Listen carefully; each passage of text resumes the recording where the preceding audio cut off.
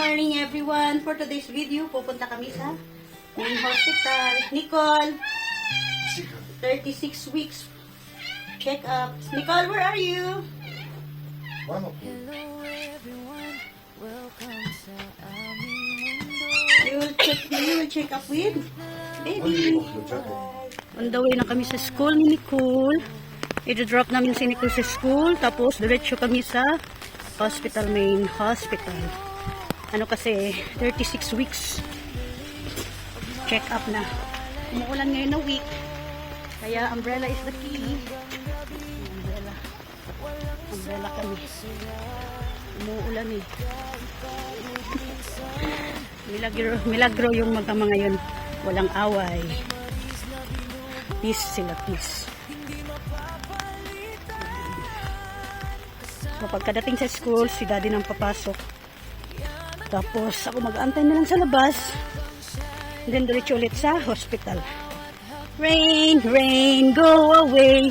Nicole, come again another day. Her position, very straight body. Why you're like that, Nak? Look at here first. Nicole, lola bye. Rain, rain. Ay, nako.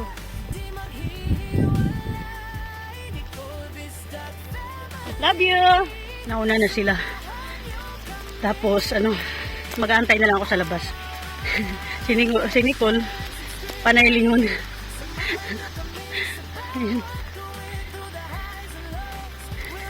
Ang bagal kasi ng buntis. As ulan pa. Panay tawag si Nicole, Mama! Dito na yung school ni Nicole. Natid na siya ni Daddy. Antay na ako doon, banda. Ayan ang makulit na tatay.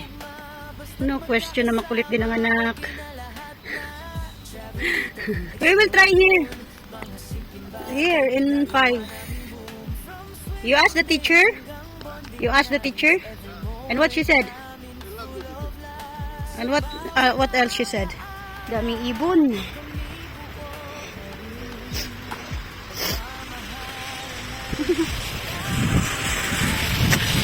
Papunta na kami hospital. Diyan kami yan. Sa waiting shed, mag-book ng taxi.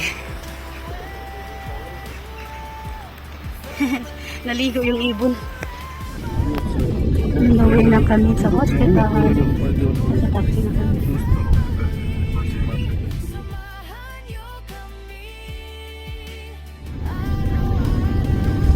This building nice, huh?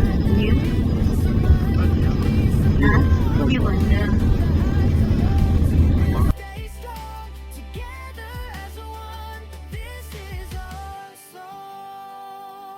Time goes by, but we will stay holding on each and every day. Sa bawat luha, sa bawat tawa, pamilya ang laging kasama. God above, guide us always sa bawat journey, sa lahat ng days. Bless this life, keep us strong. Sa bawat habang tuloy ang awit na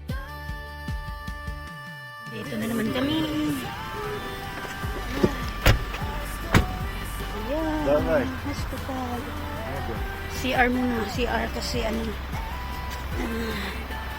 CR muna. Baka ma-check up na naman tayo ng matagalan. Kaya yan.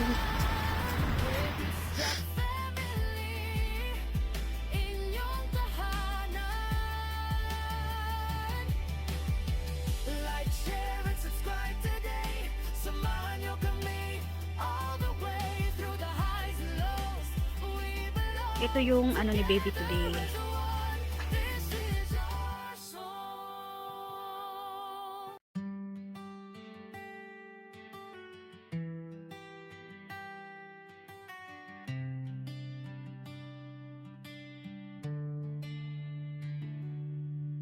Да? Все, карточки было. Первый раз, когда вы приходили, вы забыли у Ирины Всеволодовны в кабинете. Она мне передала. Ага. Это вроде в карточке было. Не, это она мне потом принесла. Вот это ваш последний день, который 12 мая. They forget. Все, сегодня записали КТГ. По матке никакой активности нет. Здесь по ребенку все хорошо. 140 сердцебиение, потерь сигнала 2%. Незначительно.